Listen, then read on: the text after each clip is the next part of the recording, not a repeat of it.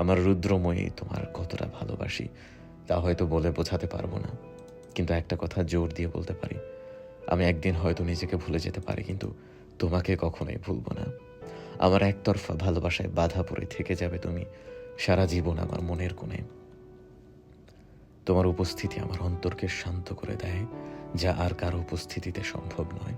তুমি কাছে না থাকলেও আমি দূর থেকেই তোমায় দেখে পরাণে শান্তি পাই। তুমি ক্ষণিকের জন্য চোখের আড়াল হলেও মনটা কেমন যেন করে ওঠে। এই একতরফা ভালোবাসার শেষ যে কোথায় আমি নিজেও তা জানি না। তবে আমি তোমায় ভালোবেসে যাব চিরকাল। এক আকাশ সমান ভালোবাসা নিয়েও কেউ কেউ ছেড়ে যায়, আবার এক বিন্দু ভালোবাসা পেলে সে থেকে যায় সারা জীবন। যে থাকার সে যে কোনো অজুহাতেই থাকতে চাইবে, আর যে চলে যাওয়ার সে যে কোনো বাহানায় দোষ ধরবে, অপমান করবে, তারপরে হয়তো নিজে বলে কিংবা না বলেই চলে যাবে।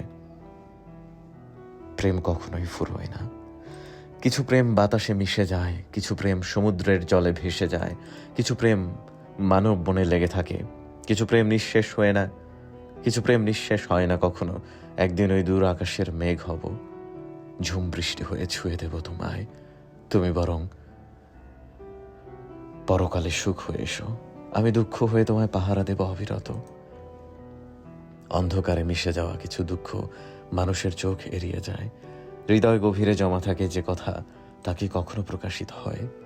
সবুজের সমারোহ সবই আছে চারদিকে, শুধু তুমি নেই। তোমার অস্তিত্বহীনতায় সব দিক। ভালোবাসা সুন্দর যদি সেটা ভালোবাসা হয়। লোক দেখানো কিংবা স্বার্থ আদায়ের উদ্দেশ্যে যদি ভালোবাসি বলা হয়, তাহলে সেটা নিকৃষ্ট, ঘৃণ্য। একবার কাউকে মনে ধরে গেলে এরপর আর কাউকেই ভালো লাগে না। সৌন্দর্য আসলে আপেক্ষিক। কুৎসিত মানুষও কারো চোখে সুন্দর, আবার সব থেকে সুন্দরীও হয়তো কারো কারো চোখে ভালো লাগা হয়ে ওঠে না। নীলাভ আলোয় রক্তরাঙা ফুলের দলে আমি তোমার ছবি আঁকি, জানা কি আর ছিল তবে? পরিশেষে হবে সবই ফাঁকি, দূরে যেতেই হবে নিশ্চিত। মধ্যপথে অযথায় আমাদের কিছুদিনের একসাথে কিছু স্মৃতি জমানোর খেলা। তোমাকে ভেবে লেখা চিঠিগুলো নদীর তলদেশে জমা হয়। মাছ আর জলজ জীব ছিঁড়ে ছিঁড়ে খায় সেসব কথা জমানো চিঠি। এমন বিষণ্ণ কেন লাগে? এই মেঘ, এই বৃষ্টি, এই পচে যাওয়া শহর, ভেজা রাস্তা, মেঘলা আকাশ, মৃদু আলো, সব মায়ার বহর। এই তো চেয়েছিলাম আজীবন, তবু কেন বিষণ্ণ এই লগন? কোনো এক উপন্যাসে পড়েছিলাম, মানুষের জীবনে প্রিয় মানুষের কাছ থেকেই সবচেয়ে বড় আঘাতটা আসে, আর এই কষ্টটা সারা জীবন হৃদয়ে দাগ কেটে যায়। যে কোনো মানুষকে জীবিত থেকেও জীবন্ত লাশের মতো মৃত বানিয়ে রাখার সক্ষমতা রাখে। আমি আজ এই কথাগুলোর সত্যিকারের বাস্তবতা অনুভব করছি। লুকোচুরিত প্রেমের আসল মজা। যেদিন থেকে প্রেম স্বীকৃতি পেয়ে যায়, সেদিন থেকেই প্রেমের মজা চলে যায়।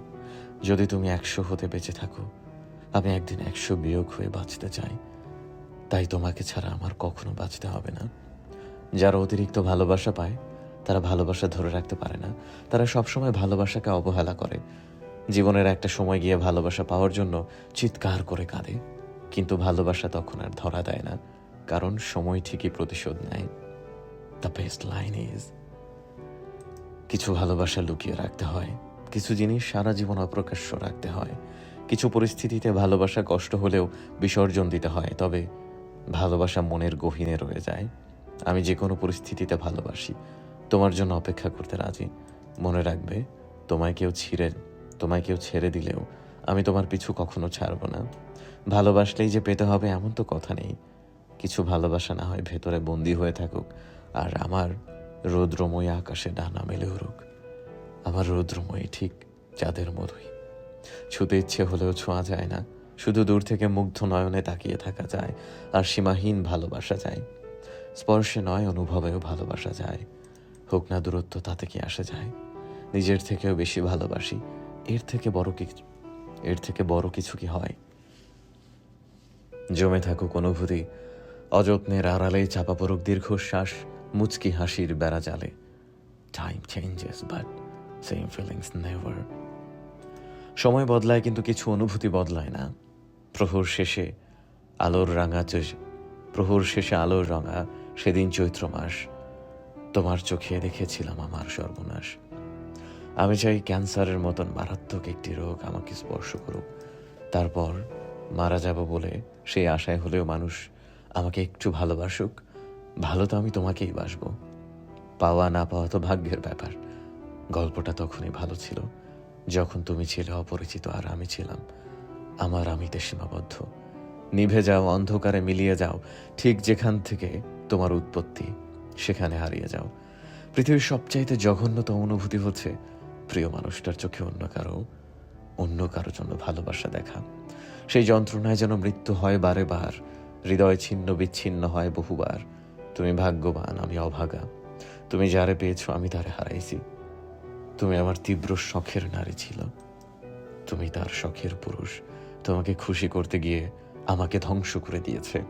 আপনিও একদিন অন্য কারো হয়ে যাবেন, আর আমি শুধু চেয়ে চেয়ে দেখবার বলবো, কি কপাল তার যে আপনাকে না চাইতেও পেয়ে গেল, আর আমি এতটা চেয়েও পেলাম না। এটা আমার জীবনের সব থেকে বড় একটা আক্ষেপ হয়ে থেকে যাবে চিরকাল। তুমি বসন্তের ফুলের চেয়েও সুন্দরী। ইস, আমি যদি কবি হতাম তাহলে তোমার সুন্দর সৌন্দর্যকে উৎসর্গ করে শত শত কবিতা লিখতাম। অতঃপর সে কোনো কালেও জানতে পারবে না তাকে কতটা আকুলতা নিয়ে মোনাজাতে চাওয়া হয়েছিল। যতবার ভাবি তাকে ভুলে যাব, ততবারই তাকে নতুন করে ভালোবেসে ফেলেছি। নেশার মতো ছিল তার চেহারাটা, প্রতিদিন না দেখলে মন ভরতো না। আজ বহুদিন হয়ে গেল তাকে দেখিনি। আপনি পৃথিবীর কাছে সবচেয়ে অসুন্দর হলেও আপনি আমার কাছে পৃথিবীর সবচেয়ে সুদর্শনী নারী। কিন্তু প্রকৃতির কি অদ্ভুত নিয়ম, আমি চাই আপনাকে, আপনি চান অন্য কাউকে। অপ্রকাশিত এক অনুভূতি তুমি। দিন শেষে তোমার শূন্যতা আমায় গোপনে কষ্ট দেয়। যারা একতরফা ভালোবেসেছে তারা জানে শূন্যতার ভালোবাসা কি। প্রকাশ করার জন্য পুরো একটা জন্ম কম পড়ে যাবে যে আমি তোমায় কতটা ভালোবেসেছিলাম। ভালোবাসি রৌদ্রময়ী।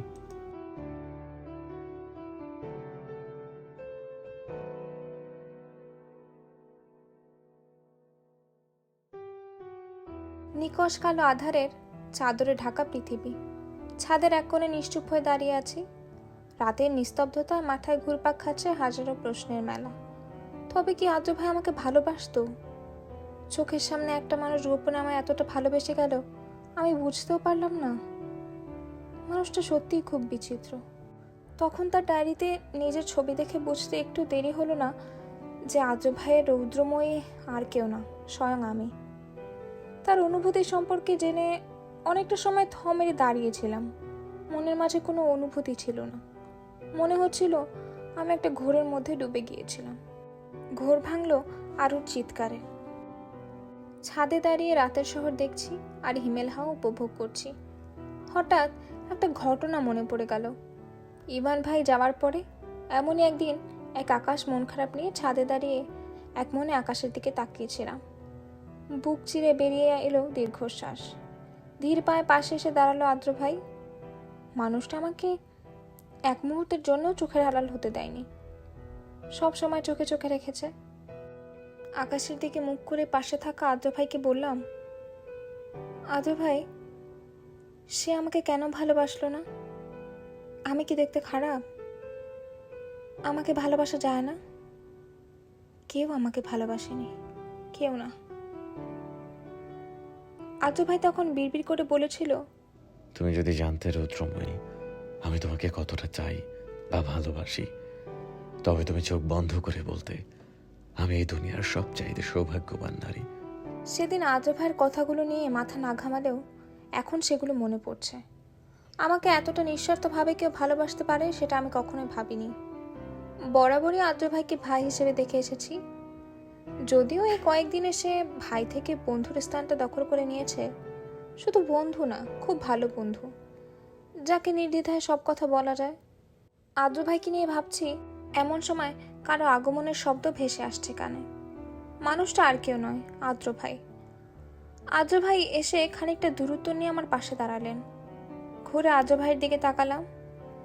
মানুষটাকে কখনো সেভাবে পরখ করা হয়নি। তার মাঝে যে এক প্রেমিক সত্তা বিদ্যমান সেটা ভাবিনি।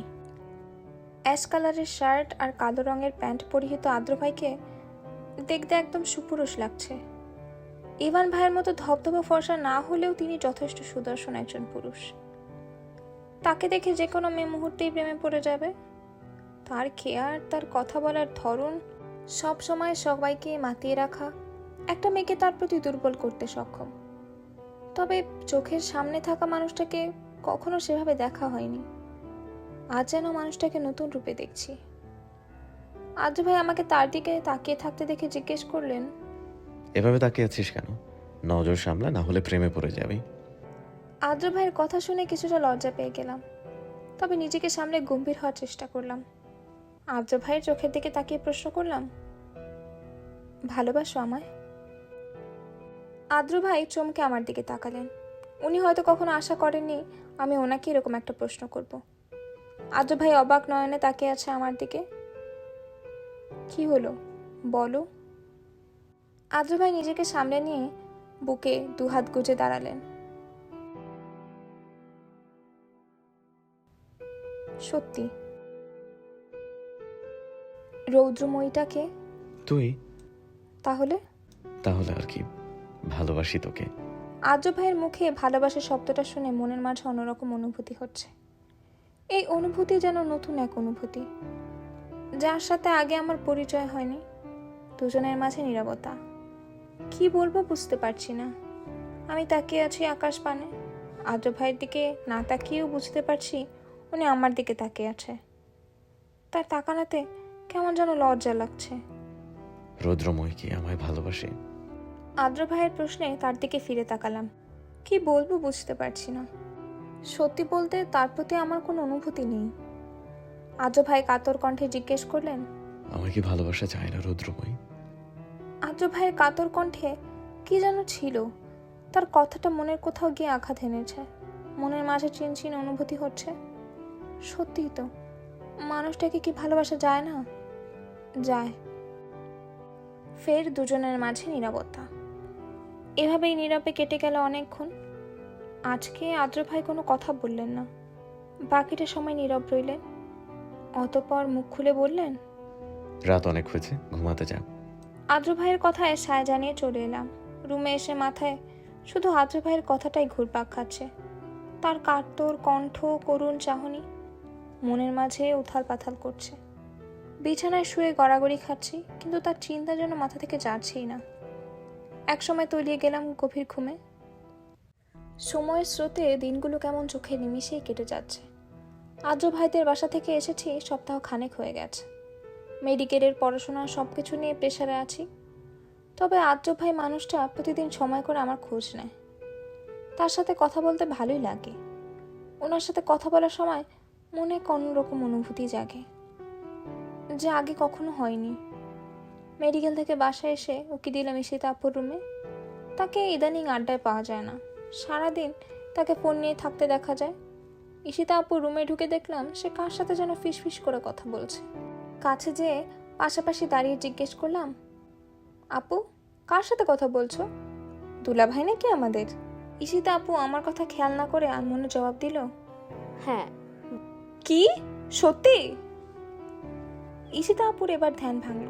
আমাকে তার পাশে দেখে কিছুটা ঘাবড়ে গেল। ফোনের ওপাশের ব্যক্তি বলল, এখন রাখছি, পরে কথা হবে বলে ফোন রেখে দিল। আমার দিকে ঘুরে কান মুচড়ে ধরে বলল, বড় বোনের ওপর নজরদারি করা হচ্ছে? নজর না রাখলে হয়? এখন বলো, অফিসিয়ালি দুলাভাই কবে পাচ্ছি? কয়েকদিনের মাঝে বাড়িতে প্রস্তাব পাঠাবে। তাহলে খুব শীঘ্রই তোমার সানাই বাজলো বলে। ঈশিতা আপু লজ্জা পেয়ে গেল। লজ্জায় তার গাল দুটো লাল হয়ে যাচ্ছে। ঈশিতা আপুকে কিছুক্ষণ টিজ করে রুম থেকে চলে এলাম। রুমে আসতেই কানে এলো ফোনের শব্দ। দৌড়ে গিয়ে ফোন হাতে নিতেই দেখি আদ্র ভাইয়ের নাম। কি সুন্দর গোটা গোটা অক্ষরে লেখা, আদিব চৌধুরী আদ্র। তার নাম দেখে মনের মাঝে অন্যরকম অনুভূতি হচ্ছে। হাত কেমন কাঁপছে, হৃদস্পন্দন বেড়ে গিয়েছে। দেখতে দেখতে কলটা কেটে গেল। স্বস্তি নিঃশ্বাস ফেলে বিছানায় বসতে যাব, এমন সময় হাতের ফোন পুনরায় বেজে উঠল। রিসিভ করে কানে ধরতেই ওপাশ থেকে আদ্র ভাইয়ের গম্ভীর কণ্ঠ ভেসে এলো, ফোন ধরছিলে না কেন? কোন রাজকার্য করছিলি শুনি? এই নিয়ে কয়বার ফোন দিয়েছি খেয়াল আছে? সরি, আমি ঈশিতাপুর রুমে ছিলাম। আর ফোন ছিল রুমে, তাই রিসিভ করতে পারিনি।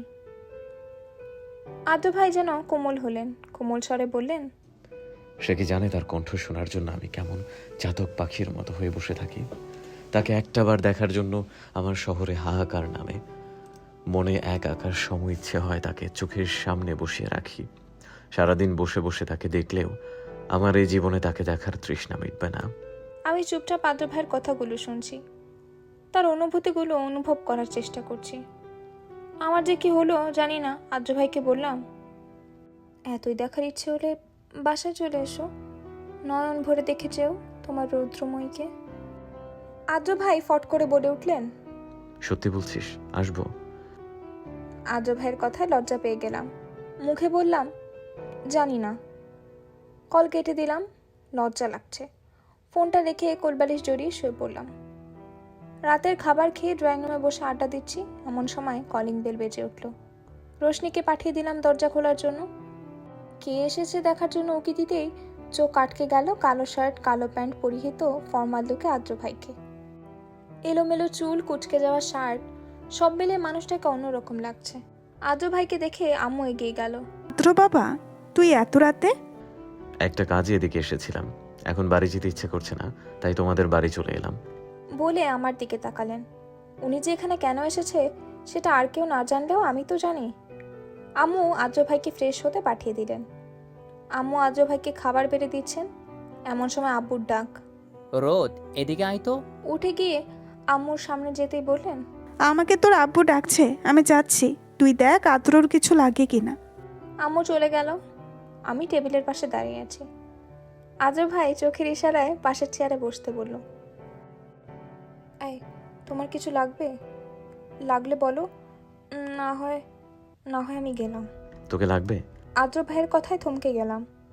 আদ্র ভাই পুনরায় চোখের ইশারা করে তার পাশে বসতে বললেন। কিছু না ভেবে বসে পড়লাম।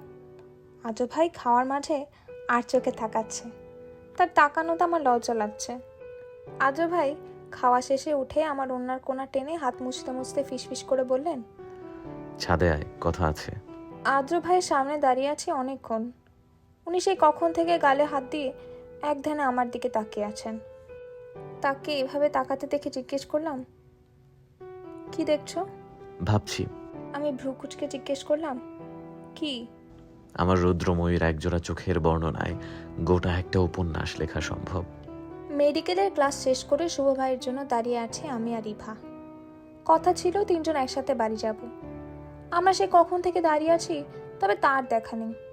অগত্যা ইভাকে রেখে শুভ ভাইয়ের ক্যাবিনের দিকে হাঁটা দিলাম। শুভ ভাইয়ের ক্যাবিনের সামনে যেতেই ভেতর থেকে কোনো মেয়ের আওয়াজ ভেসে আসছে। দরজা হালকা ফাঁকা করে দেখলাম শুভ ভাই চেয়ারে বসে আছে আর তার সামনে একটা মেয়ে দাঁড়িয়ে আছে। মেয়েটার মুখ ঠিক মতো দেখা যাচ্ছে না। মেয়েটা ঘুরতেই দেখলাম এ তো ফাইনাল ইয়ারের তিথি আপু। মেয়েটার মাঝে কেমন গুন্ডি গুন্ডি ভাব আছে। তিথি আপুকে দেখে শুভ ভাই উঠে দাঁড়ালেন। তিথি আপু এগোতে এগোতে জিজ্ঞেস করছে, মেয়েটা কে যার সাথে সকালবেলা হাত ধরে আসা হচ্ছিল? সাথে মুখে লেগেছিল 24 ক্যারেট গোল্ডের হাসি। ক্লাসে তো সবসময় গোমরা মুখে দেখা যায়, আর মেয়েটাকে দেখে মুখে হাসি ফুটে উঠল। আবার ঢং করে পাখি ডাকা হচ্ছিল। ভালোবাসা যেন উতলে উতলে পড়ছে মেয়েটাকে। তিথি আপু এগিয়ে যাচ্ছে আর ভাইয়া পিছিয়ে যাচ্ছে। শুভ ভাইয়ের মুখে ভয় রেখা দেখা যাচ্ছে। ভাইয়া সাবধান করে বলল, সামনে এগোবে না। এগোলে কি করবেন? আমি তোমার টিচার। টিচারের গুল্লি মারি। আপনি আগে বলেন মেয়েটা কে? শুভ ভাই তড়িঘড়ি করে বলল, বোন বোন হয় আমার। বোন? কেমন বোন? কোন জনমের বোন? কাজিন হয় আমার। মানুষ কাজিনকে পাখি বলে সম্বোধন করে আমার জানা ছিল না। ও ও ও আমার কাজিন হলেও আমি ওকে আমার বোনের চোখে দেখি, আর বোনকে আদর করে পাখি ডাকায় যায়। তিথি আপু এগিয়ে গিয়ে শুভ ভাইয়ের কলার ঠিক করে দিতে দিতে বলল, তাহলে ঠিক আছে। তিথি আপু ভাইয়ার থেকে দূরে সরে এলো। এতক্ষণে শুভ ভাই স্বস্তি নিঃশ্বাস ফেল। আমার গম্ভীর শান্তশিষ্ট পড়ুয়া ভাই যে তিথি আপুর জালে ফেসে গেছে সেটা আমি হাড়ে হাড়ে টের পাচ্ছি। তবে দুজনের জুটিটা অনেক সুন্দর হবে। একজন চুপচাপ শান্ত, আরেকজন দুরন্ত। দুজনের জুটি জমবে বেশ। আমি কাশি দিয়ে উঠলাম, আমার শব্দ পেয়ে দুজনে সরে দাঁড়ালো। শুভ ভাই বলল,